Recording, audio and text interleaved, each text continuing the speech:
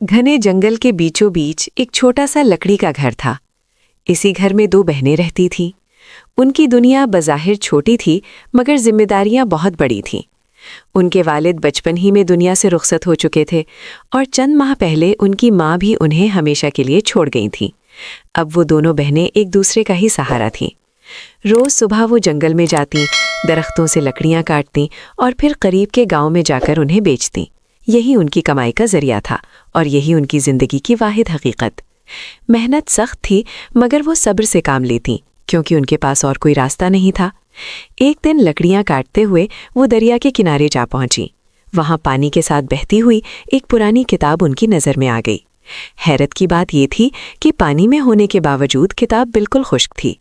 उन्होंने किताब उठाई। उसके पहले सफ़े पर लिखा था, वक्त के बदले हर ख्वाहिश पूरी होगी। दोनों बहनें हैरान रह गईं। वो इस जुमले का मतलब पूरी तरह ना समझ सकीं, बस उन्हें इतना महसूस हुआ कि ये किताब हर ख्वाहिश पूरी कर सकती है। इस दिन दोनों बहनें हद से ज़्यादा थकी हुई थीं। बाजुओं में दर्द था और कदम उठाना भी मुश्किल लग रहा था। कुछ देर की खामोशी के बाद एक बहन में झिझकते हुए कहा, क्यों ना एक बार इस किताब को आजमा कर देखें, क्या पता ये वाकई हमारी ख्वाहिश पूरी कर दे। दूसरी बहन ने फौरन संजीदा लहजे में जवाब दिया, नहीं, हमें ऐसी बातों में नहीं पड़ना चाहिए। हमें अपने काम पर ध्यान देना चाहिए। जब तक लकड़ियां नहीं काटेंगे और बेचेंगे, चूल्हा कैसे जलेगा? तुम जानती हो, हमारे पास फजूल बातों का वक्त नहीं। पहली बहन चंद लम्हे खामोश रही, फिर धीरे से बोली, बस एक बार ही तो कह रही हूँ, अगर कुछ ना हुआ तो फौरन काम शुरू कर देंगे, इसमें हमारा क्या नुकसान है? दोनों बहनें कुछ देर खामोश बैठी रहीं। फिर एक बहन ने दूसरी की तरफ देखकर कहा, अगर वाकई ख्वाहिश करनी है तो समझदारी से करनी चाहिए, ऐसी ख्वाहिश जो हमारी मेहनत को कुछ आसान बना दे। दूसरी बहन ने सर हिलाते हुए कहा, हाँ बिल्कुल, हम रोज़ आधा दिन दरख्त काटने में लगा देती हैं और फिर भारी लकड़ियाँ उठाकर दूर दूर के गांव जाना भी बहुत मुश्किल होता है। पहली बहन ने अपने थके हुए हाथों को देखते हुए कहा, अगर हमें दरख्त काटने की मुशक्क़त ना करनी पड़े और लकड़ियाँ पहले से कटी हुई मिल जाएं, तो हम ज़्यादा गांव तक जा सकेंगे और कम वक्त में ज़्यादा कमा लेंगे। दूसरी बहन ने कुछ लम्हे सोचा, फिर बोली, हाँ ये ख्वाहिश ठीक है, इससे वक्त भी बचेगा और जिस्मानी मेहनत भी कम हो जाएगी। दोनों बहनों ने एक दूसरे की तरफ देखा और इत्तेफाक से कहा, तो फिर हम यही ख्वाहिश करते हैं कि हमें कटी हुई लकड़ियाँ मिल जाएं। चंद ही लम्हों बाद उनके सामने लकड़ियों का एक बड़ा ढेर मौजूद था। वो दोनों हैरत से साकित रह गईं। खौफ, खुशी और हैरानी एक साथ उनके दिल में उमड़ आए। एक बहन ने खुशी से कहा, ये किताब वाकई हमारी ख्वाहिशें पूरी कर रही है। दूसरी बहन की आंखों में चमक आ गई। वो मुस्कुराते हुए बोली, अब हमारी ज़िंदगी आसान हो जाएगी, अब इतनी सख्त मेहनत नहीं करनी पड़ेगी। उन्होंने जादुई किताब को एहतियात से घर में रखा और कटी हुई लकड़ियाँ उठाकर गांव की तरफ रवाना हो गईं। आज दरख्त काटने की ज़रूरत नहीं पड़ी थी, इसीलिए उनके पास आम दिनों से कहीं ज़्यादा वक्त था। आम तौर पर वो एक दिन में सिर्फ 2 गाँव तक जा पाती थीं, मगर इस दिन वक्त बचने की वजह से वो 5 मुख्तलिफ गाँव में लकड़ियाँ बेच आईं। शाम तक कमाई मामूल से कहीं बेहतर हो चुकी थी, मगर वापसी पर उनके कदम लड़खड़ा रहे थे। आज की थकन आम दिनों से कहीं ज़्यादा थी। अगरचे लकड़ियाँ काटने की मेहनत नहीं थी, मगर ज़्यादा सफ़र और ज़्यादा बोझ उनके जिस्म को बुरी तरह थका चुका था। कमाई अच्छी थी, मगर थकन उससे भी कहीं ज़्यादा। जब वो घर पहुंची तो सूरज डूब चुका था।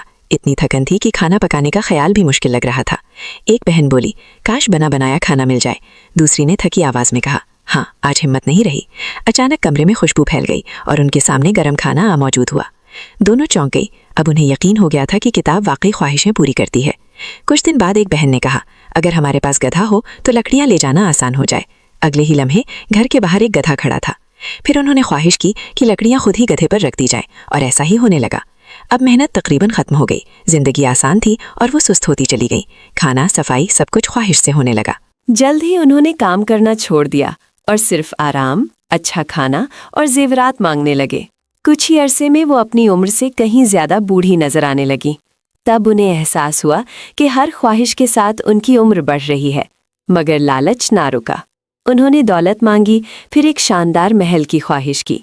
महल तो बन गया, मगर वो दोनों फौरन बूढ़ी हो गईं। कमज़ोर जिस्म और आंसुओं के साथ उन्होंने किताब को देखा। हमने मेहनत छोड़ दी, इसी ने हमें तबाह किया। पछतावे के आलम में वो दरिया के किनारे पहुंची और किताब पानी में फेंक दी। किताब गिरते ही सब कुछ बदल गया। वो अपनी असल उम्र में वापस आ गईं, बिल्कुल पहले लम्हे की तरह। उन्होंने वादा किया, अब हम कभी मेहनत के बगैर जिंदगी नहीं गुजारेंगी। इसके बाद वो सादा मगर मेहनत भरी जिंदगी में लौट आईं। अब वो जान चुकी थीं, आसानी की लालच महंगी होती है और मेहनत ही असल सुकून है। और अगर आपको ये कहानी पसंद आई हो तो वीडियो को लाइक करें, चैनल को सब्सक्राइब करें और कमेंट्स में हमें बताएं कि आपको ये कहानी कैसी लगी। आपके एक लाइक और सब्सक्राइब से हमें मजीद दिलचस्प और सबक आमोज कहानियां बनाने का हौसला मिलता है। जल्द ही हम एक नई कहानी के साथ वापस आएंगे, जहां आपको मज़ा, सबक और जादुई दुनिया का लुत्फ दोबारा मिलेगा।